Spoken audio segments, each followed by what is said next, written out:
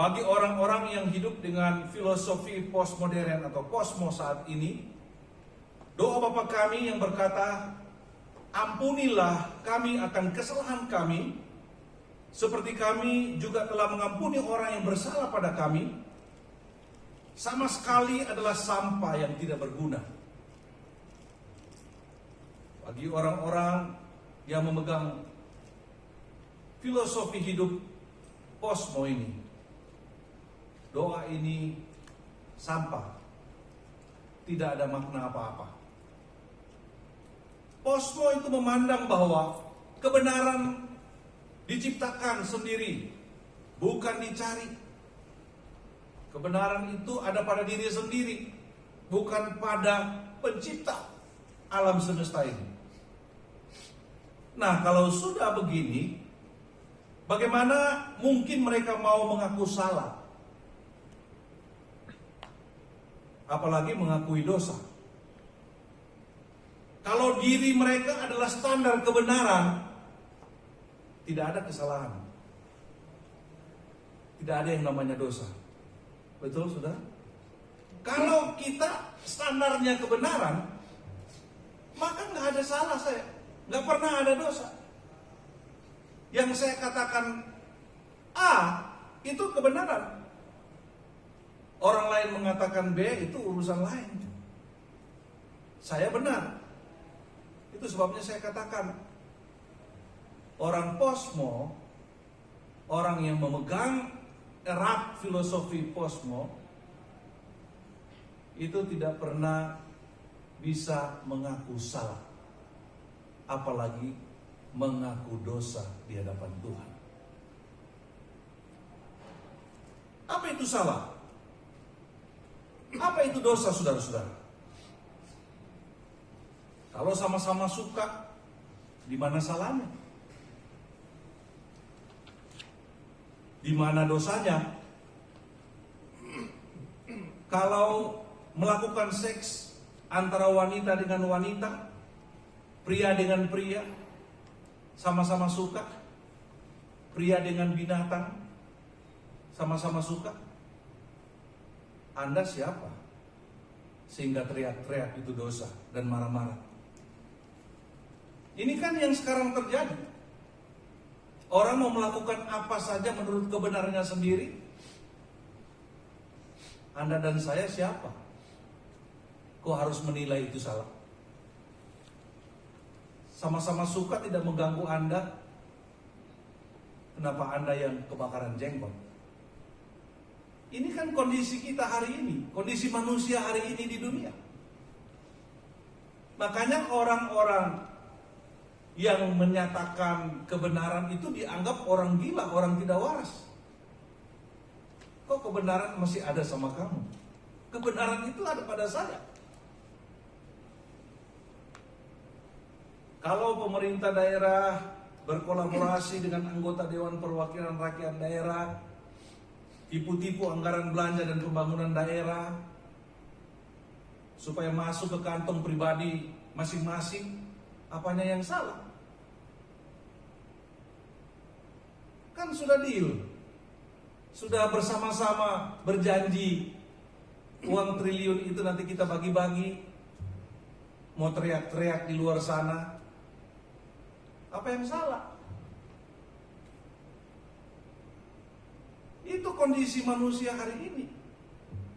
Kemarin viral, ada berita yang viral, ada seorang guru wanita di SMA Jakarta berlaku rasis terhadap anak muridnya sendiri dalam ajang pemilihan ketua OSIS atau pengurus OSIS. Saya yakin saudara sudah baca. Guru wanita ini memprovokasi para muridnya supaya jangan memilih anak yang beragama Kristen. Ini persoalan OSIS, saudara. Ada seorang guru, wanita lagi, harusnya punya hati ibu. Kalau nggak punya hati guru, hati ibu. Masa itu anak-anak muridnya sendiri? Itu kan anak-anaknya sendiri. Mau pemilihan pengurus OSIS, bagaimana mereka dilatih berorganisasi supaya bisa bekerja sama. Malah guru ini yang mengadu domba, memprovokasi supaya murid-murid yang beragama non-Kristen jangan memilih yang Kristen, baik ketua maupun wakil ketua. Pilihlah yang seagama. Ini kan guru rasis. Apa ini tidak menghancurkan masa depan anak-anak? Bagi saya guru jenis seperti ini sudah dirasuk dan dirusak setan. Murid-murid itu anaknya sendiri yang harus didorong tanpa harus memprovokasi dengan suku, agama, ras, antar golongan. Kenapa murid-murid anak-anak sendiri diadu domba dan dipecah belah? Betapa mengerikan saudara masa depan Indonesia bila pemerintah tidak segera mengatasi atau menyelesaikan masalah rasisme yang sudah merajalela di sekolah-sekolah negeri yang seharusnya menjadi tempat terbaik untuk menyemaikan benih-benih kerukunan dan persatuan bangsa untuk membangun bangsa yang besar ini menjadi bangsa yang makmur dan hebat di kemudian hari. Pak Menteri Pendidikan dan Kebudayaan Mas Nadiem Makarim dan Pak Presiden Pak Jokowi, Anda dipercayakan Yesus untuk melayani 270 juta rakyat Indonesia dari semua suku, agama, ras, antar golongan. Tolong segera atasi masalah rasis ini. Masalah rasis di dunia pendidikan itu mengerikan. Kalau rasisme itu ada di dunia pendidikan itu sangat mengerikan. Rasisme ini wabah penyakit yang menurut saya lebih kejam daya bunuhnya daripada COVID-19. Ini serius. Atas nama anak bangsa saya meminta kepada Menteri Pendidikan dan Kebudayaan dan Pak Jokowi yang terhormat, ini jangan dianggap remeh. Kalau kita masih mau menyanyi dari Sabang sampai Merauke berjajar pulau-pulau, sambung menyambung menjadi satu, itulah Indonesia, maka rasisme harus dilawan dan dihancurkan. Nggak bisa ada guru yang rasisme. Guru itu bukan cuma harus dipecat, harus diperkarakan di muka hukum. Karena dia mendapatkan gaji dari semua agama, bukan satu agama. Kalau ada guru yang rasisme, itu bukan cuma dipecat, harus diproses hukum. Itu baru benar. Masa uang rakyat dari semua golongan agama, suku jadi percuma begini? Mau menghancurkan bangsa dari dalam pendidikan sendiri. Ini mengerikan. Mengerikan sekali Pak Jokowi. Mengerikan sekali Menteri Pendidikan. Harus kita atasi. Nggak bisa seperti ini. Mengerikan. Mungkin orang menganggap ini biasa saja. Bagi saya luar biasa jahatnya.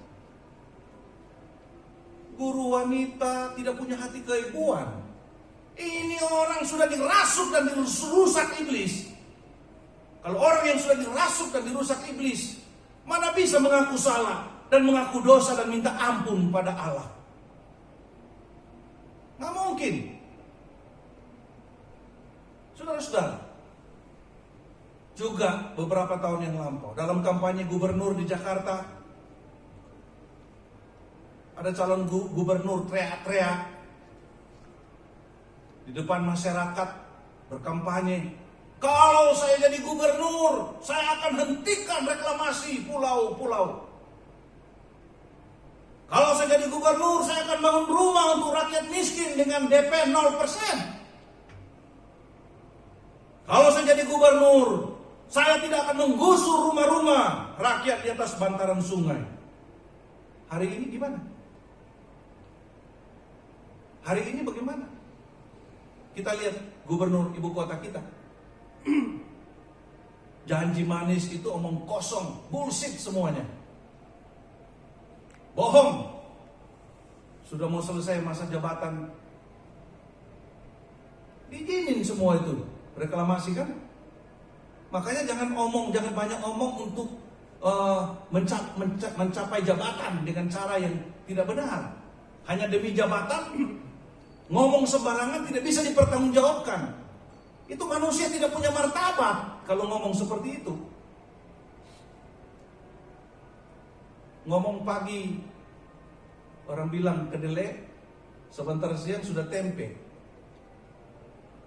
Malam sudah jadi apa itu? Tempe apa itu yang busuk? Pagi kedelai, siang tempe, malam bongkrek, tempe bongkrek, busuk. Mana manusia begini bisa mensejahterakan bangsa? Rumah-rumah, mana orang miskin tanpa DP beli rumah sekarang? Omong kosong. DP 0% itu omong kosong. Kasihan rakyat. Nah, yang terakhir ini mana? Mau digusur. Ternyata orang-orang yang semua yang ada di bantaran sungai itu digusur. Tipu-tipu semua. Kalau manusia tukang tipu-tipu seperti ini, mana bisa mengaku salah dan mana mengaku dosa? Dulu Ahok dicaci maki, program apa itu? Sekarang semua diikuti. Ahok bilang gusur, tapi dikasih rumah susun, dimanusiakan. Sekarang semua ikut juga. Mana itu yang memilih gubernur itu? Harusnya rakyat yang memilih itu rame-rame datang. Ingatkan itu janji dia, kalau tidak dilaporin biar dipecat sama Mendagri.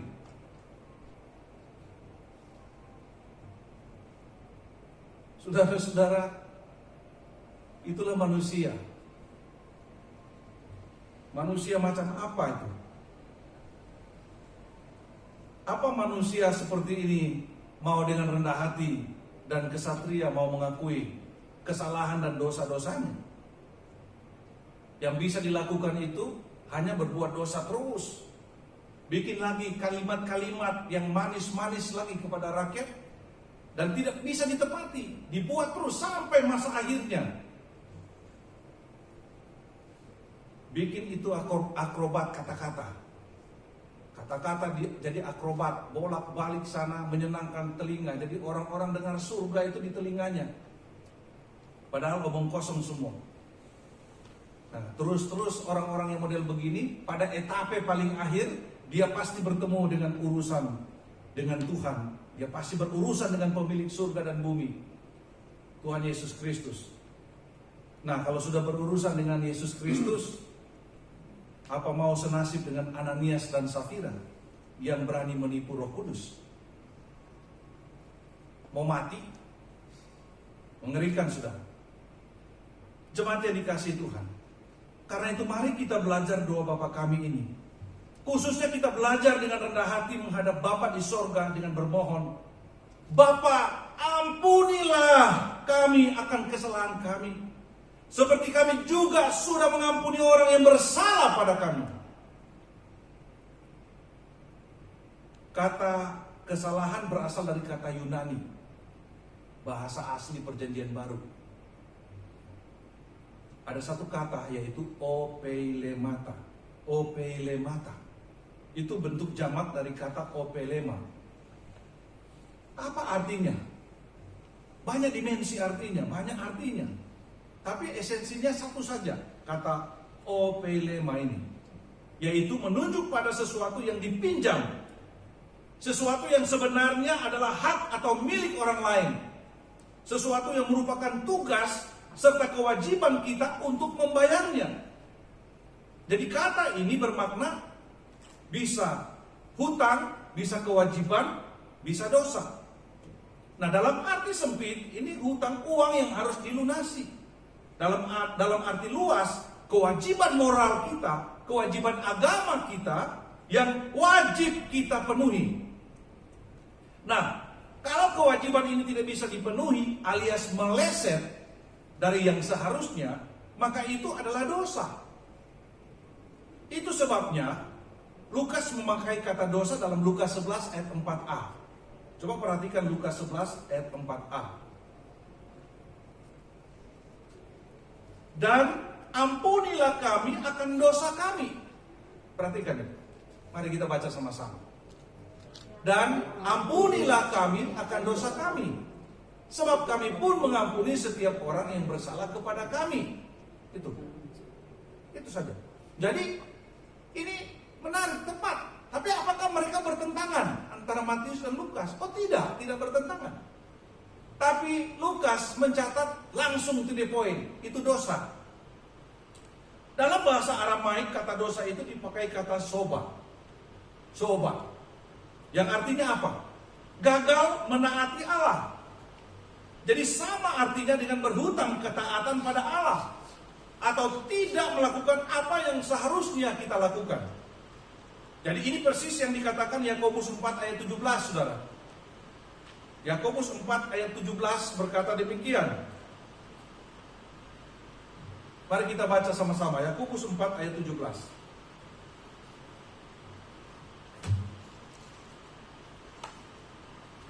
Mari, 1, 2, 3.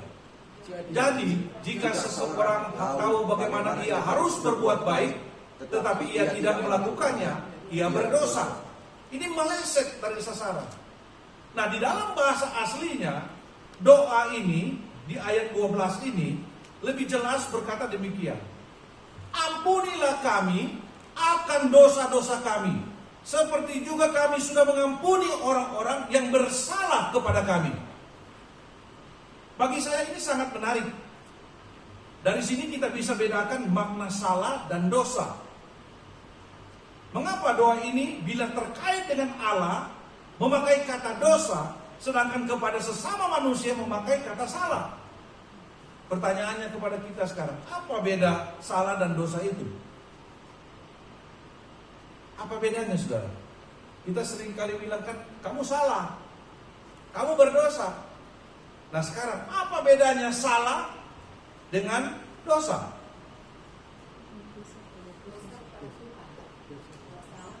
Seperti yang tadi Bapak. Begitu.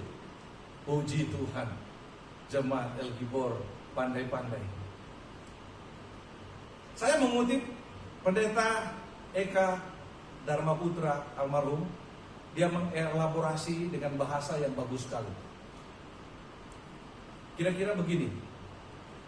Dia berkata, kesalahan itu dibuat oleh manusia dan pada dasarnya dapat diperbaiki atau direparasi oleh manusia.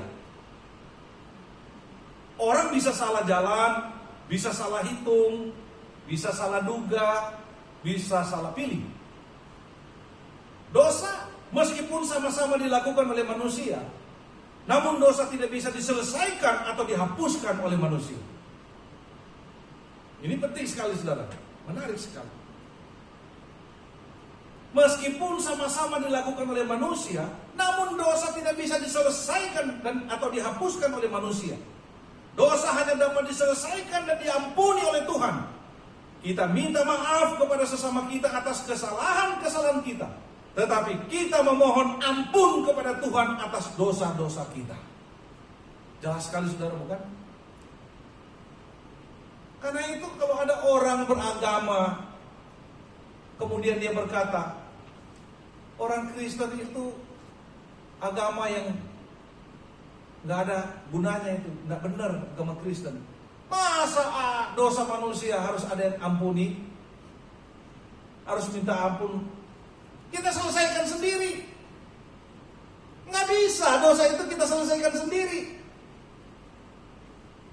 Saya berbuat dosa korupsi di sana, kemudian saya selesaikan dengan beramal di sana.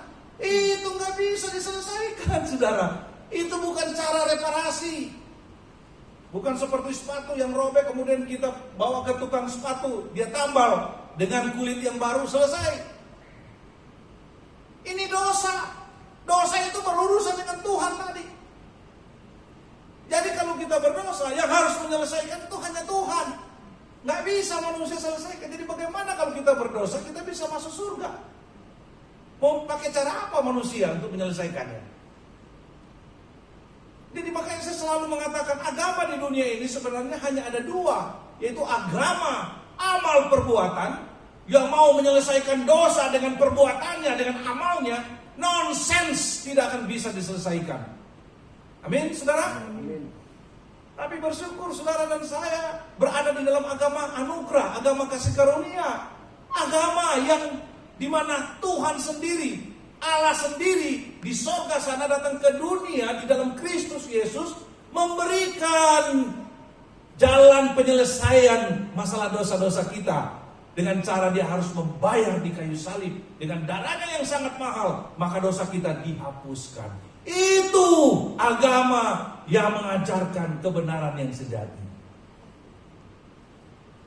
Sampai di sini Anda masih mau berpikir-pikir mau tinggalkan agama Kristen? Mau tinggalkan Yesus? Baru pergi cari mati di tempat-tempat yang tidak bisa menyelesaikan dosa? Kesalahan bisa diselesaikan oleh manusia, bisa direparasi oleh manusia. Menurut Eka hebat sekali, saya senang sekali kalimatnya. Tapi masalah dosa manusia tidak bisa reparasi, tidak bisa selesaikan. Masalah dosa itu harus Tuhan yang menyelesaikan. Makanya agama yang benar adalah agama yang dibuat oleh Tuhan, bukan dibuat oleh pendiri agama. Amin. Kalau dibuat oleh Tuhan, maka penyelesaiannya total, tuntas, paripurna, sempurna, selesai. Masa nggak ada yang kasih tepuk tangan sama Tuhan Yesus?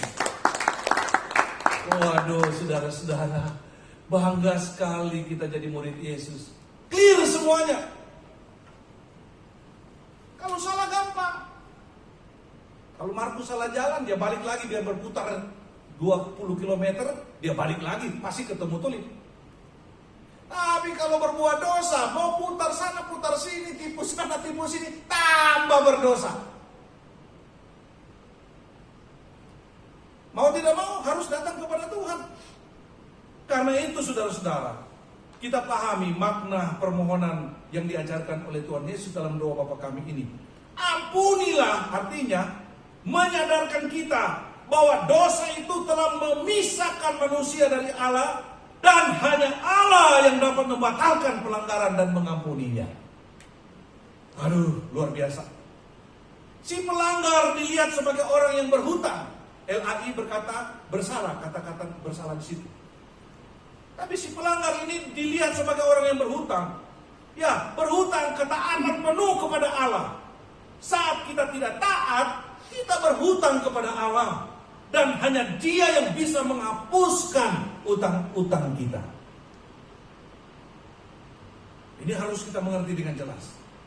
Jadi apa, saudara-saudara? Dosa itu berasal dari kewajiban kita kepada Allah.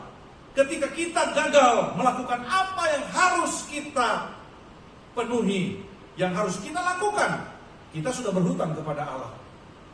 Dan karenanya kita memerlukan pertolongan, yaitu penghapusan hutang, karena kita tidak sanggup untuk melunasinya. Yang tadi Ibu Rina katakan, seorang raja yang memutihkan utangnya berapa talenta? Berapa ribu tahun itu kalau dihitung gaji? Waduh, 164 ribu tahun dibandingkan dengan 100 dinar, 100 hari kerja. Gak ada apa-apanya. Nah, 164 ribu tahun umur kita memang betul paling tinggi sudahlah bonus 100 tahun.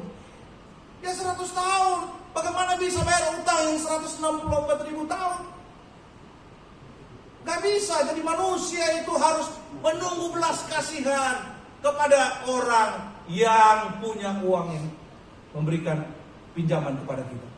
Kalau dia bilang, hari ini hutangmu yang tidak terhitung itu saya hapus, maka saudara itu bisa pingsan. Amin, saudara? Pingsan. Karena setiap hari mikir, tidak ada gairah. Bagaimana caranya? Bagaimana cara menyelesaikan? Makan tak enak, tidur tak nyenyak. Tiap hari begitu, makan tak enak, tidur tak nyenyak. Terus dapat telepon dipanggil, menghadap sini kamu. Tambah ketakutan. Mati mau dilapor di polisi. Tapi begitu sampai di hadapan dia, bagaimana? Wah, nggak bisa ngomong. Pasti kita nggak bisa ngomong. Karena kita tidak mungkin bisa membayarnya. Orang itu sudah tahu ini 10.000 talenta, nggak mungkin. Palingan hanya tunduk-tunduk. Setelah dia tunduk-tunduk, raja itu berkata, angkat kepalamu, pandang saya, lihat saya, jangan takut. Mulai hari ini, hutangmu yang kau tidak bisa bayar seumur hidup, aku hapuskan, aku bebaskan. Bersukaria, bersukacita. Saya berpikir, kalau raja itu suruh apa saja dia, pasti dia lakukan. Pasti. Karena dia tidak bisa bayangkan betapa dia dibebaskan, itu satu anugerah yang sangat besar. Sesuatu yang harus membuat dia mati binasa, dipenjarakan, dipermalukan, dihina. Tapi itu tidak menimpa dia. Apakah ini tidak meletakkan sukacita dan sorak-sorak yang besar? Tapi manusia, dasar manusia, tidak tahu berterima kasih. Baru saja mendapat anugerah yang besar, keluar di jalan, ketemu temannya, utangnya hanya segini, ditangkap di sini, kemudian digoncang-goncang. Hei, mana utangmu? Bayar utangmu. Dihajar dulu, tok, diisi lagi dalam penjara. Coba didengar raja dari orang-orang lain, wah itu orang baru dapat pengampunan kok, dia hajar habis-habisan temannya yang utangnya cuma sedikit. Oh, raja bilang, kok bisa itu manusia itu? Dari mana asalnya itu? Jangan-jangan dari DKI Jakarta, yang tukang-tukang tipu itu ya, yang janji-janji DP 0% itu. Panggil dia sini. Dipanggil, dibilang, kau manusia biadab, kurang ajar, tidak tahu diri, tidak tahu dikasihi, tidak tahu disayangi, tidak tahu berterima kasih dan bersyukur. Kau hajar orang, utangmu yang kau tidak bisa bayar saya bisa putihkan. Sekarang kau hajar orang, isi dalam penjara. Berapa sih utangnya? Gak ada, gak sebanding dengan yang kau hutang kepada saya. Sekarang Algojo, ambil dia, bawa, hajar, isi dalam penjara, di tempat paling gelap. Mengerikan, saudara. Orang-orang yang seperti ini, orang-orang yang tidak tahu diri. Saudara-saudara yang dikasihi Tuhan Yesus, ampunilah kami akan dosa kami, sebab kami pun mengampuni setiap orang yang bersalah kepada kami. Ini adalah doa yang wajib dinaikkan oleh setiap orang Kristen, bahkan oleh setiap orang di muka bumi ini. Mengapa? Karena setiap orang telah gagal hidup berdasarkan standar Tuhan. Hamartia itu kata asli dalam bahasa Yunani, itu pengertiannya dosa itu hamartia, meleset dari sasaran. Sudah berkali-kali saya jelaskan itu. Kalau meleset dari sasaran itu dosa. Maksudnya meleset dari standar Tuhan, dosa, saudara-saudara. Karena itu Roma 3 ayat 23 berkata, semua orang telah berbuat dosa dan telah kehilangan kemuliaan Allah. Jadi tidak ada orang yang tidak berdosa. Kalau ada orang sampai hari ini bisa ketawa-ketawa sudah berbuat dosa, wah ini orang yang celaka banget ini. Tinggal tunggu waktu. Siapapun kita harus meminta ampun dan kesalahan-kesalahan kita, atas hutang-hutang kita dan atas kewajiban-kewajiban kita, serta atas dosa-dosa kita baik secara horizontal maupun secara vertikal. Tapi di sini letak kesulitannya justru di sini. Kelihatannya gampang, Bapak ampunilah kami akan dosa kami seperti kami juga telah mengampuni orang bersalah pada kami. Selesai. Enggak, ini yang paling sulit, saudara. Paling sulit di sini. Mengucapkannya itu paling mudah, tapi pelaksanaannya, implementasinya itu yang paling sulit. Saudaraku, memohon ampun ampunilah dosa kami, seperti kami juga telah mengampuni orang yang bersalah pada kami. Itu memberikan satu petunjuk kepada kita, bahwa kita tidak berhak meminta dosa-dosa kita diampuni, jika kita sendiri tidak mau mengampuni kesalahan orang lain. Itu yang terjadi dengan perumpamaan tadi.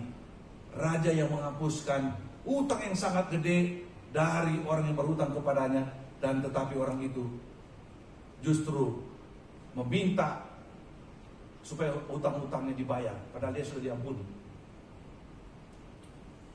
Bahkan sejatinya saudara, ketidakmauan kita mengampuni kesalahan orang lain, sebenarnya itu tanda, itu menunjukkan kita tidak benar-benar mencari pengampunan kepada Tuhan. Kalau kita tidak mau mengampuni orang, itu sebenarnya pertanda kita sebenarnya tidak sungguh-sungguh mau minta ampun kepada Tuhan. Seorang yang bernama Butrik, itu dia berkata, jika seseorang berkata, aku tidak akan pernah mengampuni kamu, orang itu sungguh-sungguh menyadari dosa-dosanya. Orang itu tidak sungguh-sungguh menyadari dosa-dosanya. Ia hanya menyadari dosa-dosa orang lain. Menarik kan, saudara? Kalau ada orang berkata, saya tidak akan pernah mau mengampuni kamu, maka orang itu tidak sungguh-sungguh menyadari dosa-dosanya. Dia tidak pernah tahu dia berdosa. Dia hanya tahu orang berdosa, bahkan berdosa kepada dia. Dan ada orang lain yang bernama Robinson, dia berkata, jiwa yang terbuka untuk menerima kasih memiliki keharusan untuk memberi kasih. Kalau kita rindu Tuhan mengampuni dosa saya, maka saya sebenarnya harus memberi kasih dan pengampunan kepada orang-orang yang bersalah kepada kita. Saudaraku yang dikasihi Tuhan Yesus, menarik sekali kata seperti dalam permohonan pengampunan dosa kepada Bapa di sorga yang tadi kita baca, seperti kami juga telah mengampuni. Nah, kata seperti itu berfungsi memberikan suatu penekanan di dalam doa ini, bahwa mereka yang mencari pengampunan perlu dan wajib mengampuni. Jadi kata seperti itu punya arti yang bagus sekali. Bukan kita mau datang kepada Tuhan, Tuhan ampuni saya, karena saya sudah mengampuni, seperti saya sudah mengampuni orang bersalah. Bukan begitu bahasanya. Tapi kata seperti, aku telah mengampuni orang yang bersalah kepada kami, itu menunjukkan saudara-saudara bahwa saya bermohon sungguh-sungguh kepada Dia. Kalau Tuhan sudah mengampuni saya, kewajiban dan keharusan saya memberi kasih dan pengampunan kepada orang lain. Gak bisa kita egois, saudara-saudara. Kemudian menarik kalau kita meneliti frasa yang menuliskan begini, juga telah mengampuni. Tadi seperti, sekarang perhatikan, juga telah mengampuni. Ini menunjukkan apa, saudara-saudara? Ini menunjukkan bahwa orang yang membutuhkan pengampunan harus pertama-tama mengambil tindakan mengampuni mereka yang bersalah terhadapnya. Kita tidak mungkin minta pengampunan kepada Tuhan kalau kita sama sekali menutup pintu hati kita kepada orang yang bersalah kepada kita. Dalam sejarah Alkitab, saudara-saudara, ternyata meminta ampun dosa dan kesalahan itu bukan hal yang mudah, saudara. Tidak mudah. Ketika Adam dan Hawa berbuat dosa, mereka melarikan diri, bukannya datang kepada Allah untuk meminta ampun atas dosa-dosa mereka yang telah memberontak kepada Dia. Bahkan ketika Tuhan sendiri yang mendapatkan mereka, datang menemui mereka, bukannya mereka mengaku dosa mereka, memohon ampun dosa-dosa mereka, malahan mereka saling mempersalahkan satu dengan yang lain. Adam mempersalahkan Hawa, Hawa mempersalahkan pula. Nggak tahu ular mempersalahkan siapa. Jadi bingung melihat drama ini, saudara-saudara. Bukan minta ampun Tuhan, saya sudah salah. Memang saya salah. Saya sudah dengar firman-Mu begitu indah. Tapi saya tidak tahan, tergoda Tuhan. Jujur berkata, jauh lebih terbuka, lebih baik kepada Tuhan. Tapi mereka mempersalahkan. Tidak ada yang rela mengakui kesalahan, apalagi mengaku dosa mereka. Juga di dalam Alkitab kita bisa lihat apa, saudara? Dalam Kejadian 4 ayat 9 sampai 10, di sana dikatakan, firman Tuhan kepada Kain, di mana Habel adikmu itu? Jawabnya, aku tidak tahu. Apakah aku juga penjaga adikku? Firman-Nya, apakah yang telah kau perbuat ini? Darah adikmu itu berteriak kepadaku dari tanah. Di depan Tuhan yang Maha Tahu, dia masih menyembunyikan dosanya, saudara. Apakah aku penjaga adikku? Loh, kakak itu penjaga adik, bahkan penjaga keluarga. Markus harus jaga baik-baik Maria. Sebagai kakak harus jaga adik. Jangan menjerumuskan adik, jangan menjerumuskan orang lain. Kita semua ini ditugaskan untuk menjaga sesama kita. Kain mau tipu-tipu sama Tuhan. Apakah aku ini penjaga adikku? Loh, kamu orang yang duluan lahir, dididik dengan firman Tuhan oleh Adam dan Hawa. Harusnya kamu itu tahu firman Tuhan. Malah kau bunuh, kau sembunyikan diri, menyembunyikan kejahatanmu. Itu manusia, saudara, tidak mudah. Mau mengakui kesalahan dan dosa nggak mudah. Kemudian coba kita lihat di Perjanjian Baru dalam Lukas 18 ayat 11 sampai 12. Lukas 18 ayat 11 sampai 12. Orang Farisi itu berdiri dan berdoa dalam hatinya begini. Ya Allah, aku mengucap syukur kepadamu karena aku tidak sama seperti semua orang lain. Aku bukan perampok, bukan orang lalim, bukan pezina, dan bukan juga seperti pemungut cukai ini. Aku berpuasa 2 kali seminggu. Aku memberikan 1/10 dari segala penghasilanku. Ini orang tidak mengaku salah, merasa diri hebat di hadapan Tuhan, saudara. Dia bukan merasa miskin di hadapan Tuhan, merasa kaya. Dengan Tuhan saja bisa dia bargaining jasanya.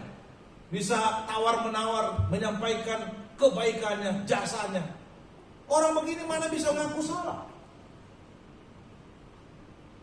Mana yang lebih mudah? Perampok dengan hakim atau dengan orang hebat yang otaknya pinter dalam hal mengaku dosa? Mana yang mudah?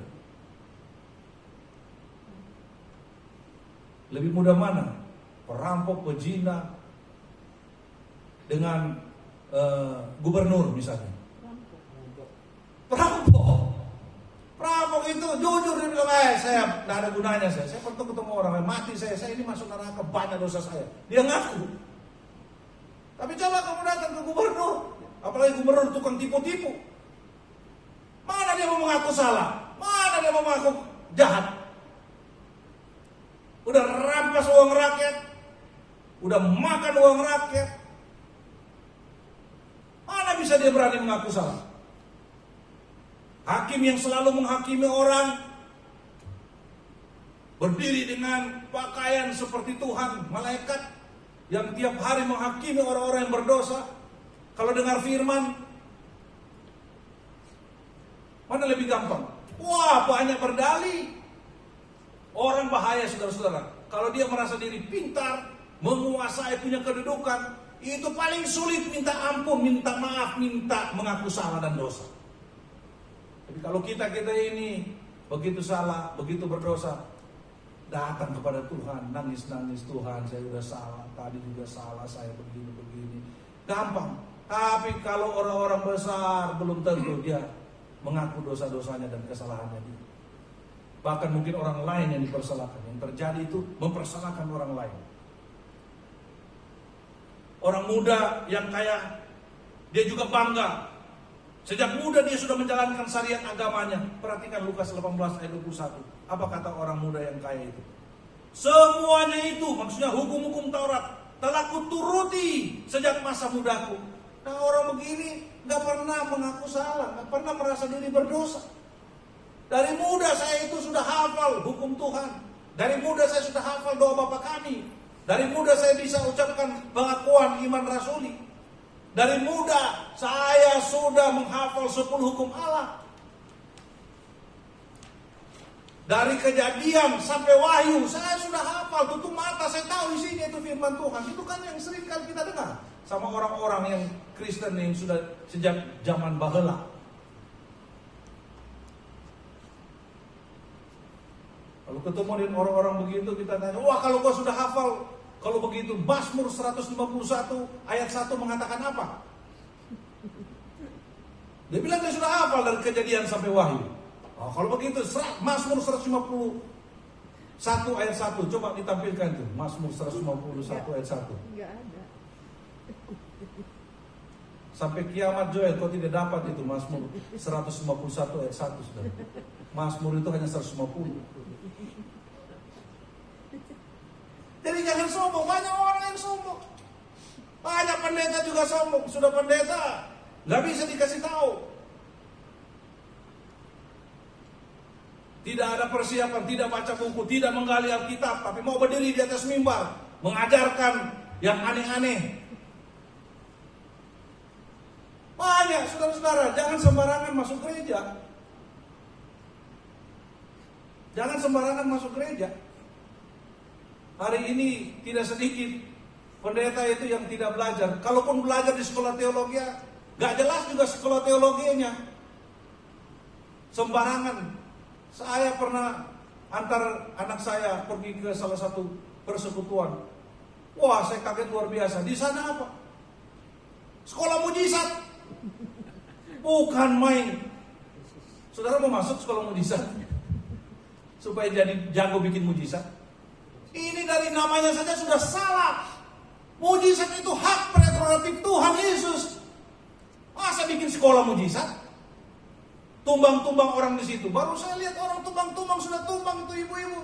Mereka saling tatap ketawa-ketawa.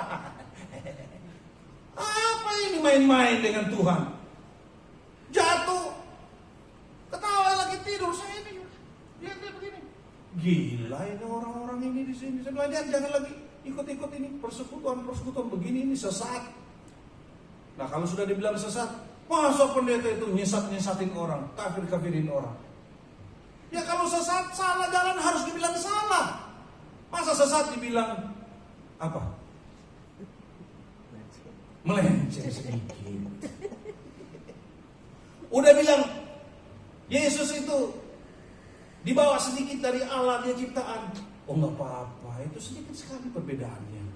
Nggak bisa, Yesus itu Allah, Yesus itu Tuhan, bukan di bawah sedikit. Nggak bisa seperti ini saudara-saudara. Nah orang-orang begini seringkali merasa diri tahu segala-galanya. Nah yang saya pernah ceritakan itu, saya di remove dari grup gara-gara saya bikin pernyataan begitu kan, saya bilang pemimpin-pemimpin partai politik dan pemimpin-pemimpin organisasi yang membodohi orang-orang lemah, suruh-suruh ikut demonstrasi, sengaja menularkan COVID-19, itu biadab. Manusia paling biadab di dalam dunia kebiadaban. Ada orang bilang, jangan tulis-tulis kata-kata yang mencaci maki begini di grup. Saya jawab, apa artinya itu biadab? Barangkali kamu belum baca itu Kamus Besar Bahasa Indonesia, biadab itu apa? Ya pendeta kalau kabut kalau dengar kata biadab, dia pikir ini kita maki-maki. Ya memang orang sengaja membunuh manusia, orang yang sengaja menularkan penyakit kepada orang, itu kan biadab. Biadab itu apa? Bi itu kan seperti yang dijelaskan Buya Syafi'i Ma'arif itu. Bi itu dari kata Persia, biadab itu dari kata Persia. Bi itu tidak, adab itu tata krama. Tidak ada tata krama. Masih bagus sebenarnya itu kata biadab. Kalau kita bilang orang yang sengaja menularkan penyakit, kita sebut apa? Dengan kata-kata yang lebih hebat daripada biadab, itu lebih jahat. Amin, saudara? Itu makanya kalau jadi pendeta, kalau tidak suka membaca, bacaannya itu sempit, tidak suka membaca, tidak tahu bahasa Indonesia, orang lain dikorbankan. Orang yang memikirkan sesuatu yang benar tentang bangsa ini malah diusir, diremove. Saya tidak sakit hati karena saya pikir ngapain gabung dengan grup orangnya bodoh-bodoh semua, pendetanya bodoh-bodoh semua. Memahami satu kata saja salah, apalagi kalau menerjemahkan Alkitab, menafsirkan Alkitab yang begitu besar.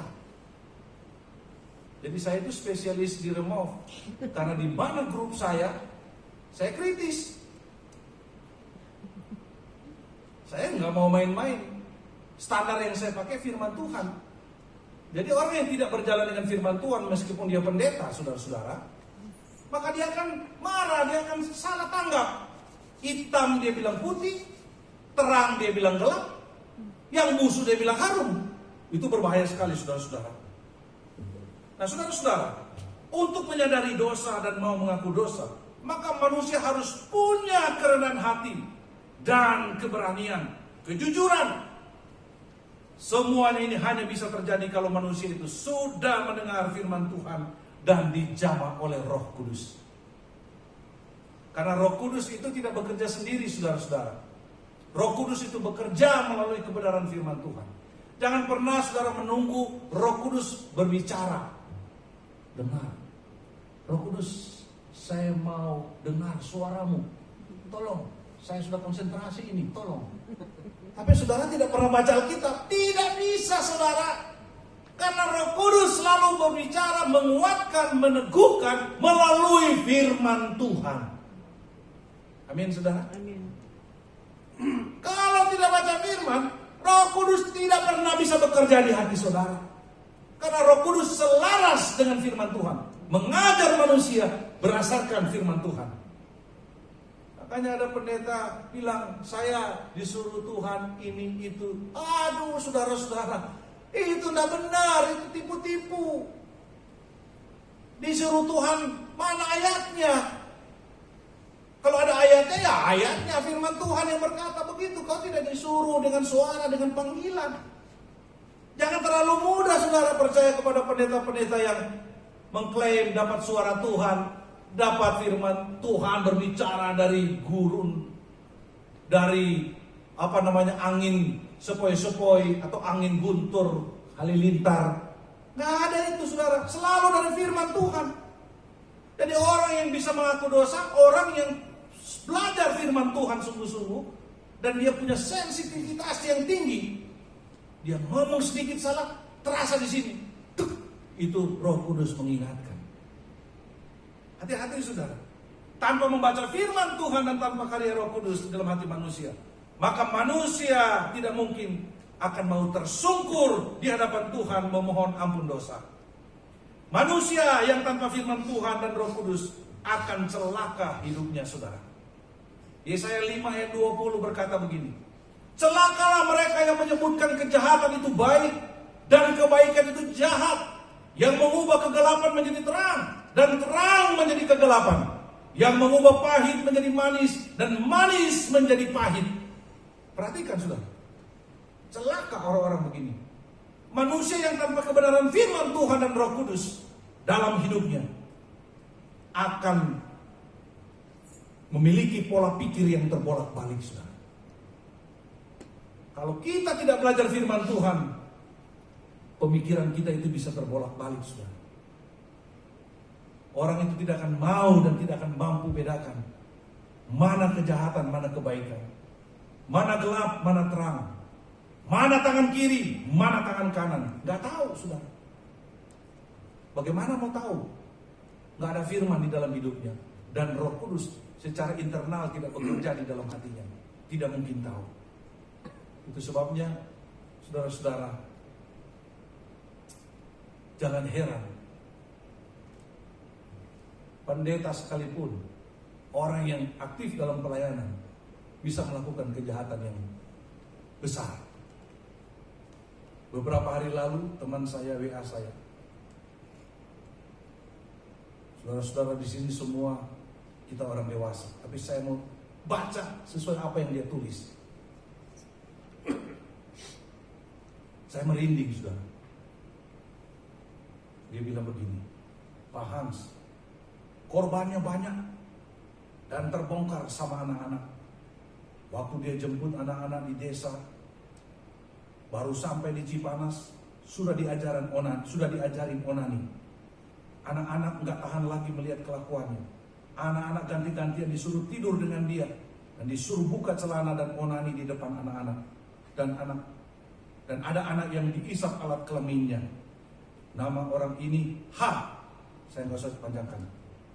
Belum berkeluarga, sangat dekat dengan ibu B. Dia pelayanan ke orang-orang, memberitakan Injil. Banyak yang bertobat. Ada puluhan anak-anak dia ajar berdosa seperti ini. Mafia LGBT. Rajin PI. Rajin dukung orang untuk sekolah, kasih uang. Tiap hari haleluya, haleluya. Tapi anak-anak tamatan SMA, teman saya punya sekolah, tamat, dibawa di Jakarta, dijadikan manusia-manusia yang seperti ini. Bagaimana kita bisa memahami orang yang model seperti ini? Apakah dia tidak tahu itu dosa? Tahu. Tapi dia tidak mau bertobat, tidak mau mengaku itu dosa dan terus melakukan. Dan saya duga itu sudah puluhan tahun. Karena dia incar semua anak-anak Kristen yang baru tamat SMA, dia janji mau kasih sekolah, kuliahin. Nah, kuliahnya itu praktek, mata pelajarannya itu tadi. Saya bilang ini manusia, cepat kamu lapor di polisi, dihajar habis-habisan. Jangan dikasih kesempatan dia merajalela. Itu akan banyak anak Kristen yang jadi homo nanti. Akan banyak anak Kristen yang menjadi LGBT. Karena ada satu manusia biadab ini, manusia Kristen ini. Kita harus akui ini. Jangan kita malu-malu. Karena tidak semua orang Kristen punya Kristus. Saya dengar ini, saya marah sekali dan sedih sekali.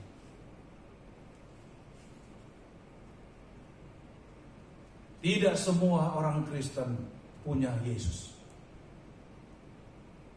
Terlalu banyak penipuan di dalam pelayanan. Terlalu banyak keberanian yang berdosa di dalam pelayanan. Betapa mengerikan orang-orang seperti ini. Kristen agamanya, setan Tuhannya. Jadi jangan pernah berpikir setiap orang beragama Kristen otomatis punya Kristus. Belum tentu. Banyak orang bermain-main di dalam pelayanan. Menjadi orang Kristen artinya memiliki Kristus sebagai Tuhan dan Juru Selamatnya di dalam pribadinya. Konsekuensinya bila ada Kristus di dalam hidupnya, maka dia pasti dipimpin oleh Roh Kudus. Orang Kristen yang dipimpin Roh Kudus tandanya bukan harus bisa berbahasa roh, tetapi dia selalu dipimpin Roh Kudus dan mau diajar oleh kebenaran firman Tuhan. Dan orang Kristen yang belajar firman Tuhan adalah orang Kristen yang bisa mengambil keputusan untuk datang kepada Bapa, meminta ampun atas dosa-dosanya dan mau mengampuni orang-orang lain yang bersalah kepadanya. Ini orang Kristen. Oleh sebab itu saudara-saudara, mari kita bercermin kepada anak bungsu yang berdosa kepada papanya. Setelah dia menyadari dosanya, dia kembali mengambil jalan balik kepada ayahnya. Dia minta ampun atas semua kesalahan dan dosa-dosanya. Dan ayahnya menerima dia kembali. Dan statusnya dikembalikan sebagai anak kesayangan papanya. Petrus, ketika Simon Petrus melihat hal itu, ia tersungkur di depan Yesus dan berkata, Tuhan, pergilah daripadaku, karena aku ini seorang berdosa. Lukas 5 ayat 8. Paulus dalam 1 Timotius 1 ayat 15. Kristus Yesus datang ke dunia untuk menyelamatkan orang berdosa. Dan di antara mereka, akulah yang paling berdosa. Dan Yohanes berkata dalam 1 Yohanes 1 ayat 8. Jika kita berkata bahwa kita tidak berdosa, maka kita menipu diri kita sendiri dan kebenaran tidak ada di dalam kita. Lihat rasul-rasul, orang-orang yang dipakai Tuhan dengan hebat, begitu menyadari kalau dirinya itu berdosa di hadapan Tuhan. Bagaimana dengan saudara dan saya? Apakah kita merasa diri kita baik-baik saja? Karena kita sudah melayani Tuhan, kita sudah mengerjakan yang terbaik untuk Tuhan. Tapi sebenarnya kita tahu ada hidup di dalam hidup kita, ada bagian dalam hidup kita yang tidak berjalan sesuai dengan kehendak Tuhan. Maukah kita datang kepada Tuhan dan kita bilang, Tuhan Yesus, ampunilah akan kesalahan dan dosa-dosa kami. Dan berapa banyak saudara disakiti oleh orang lain.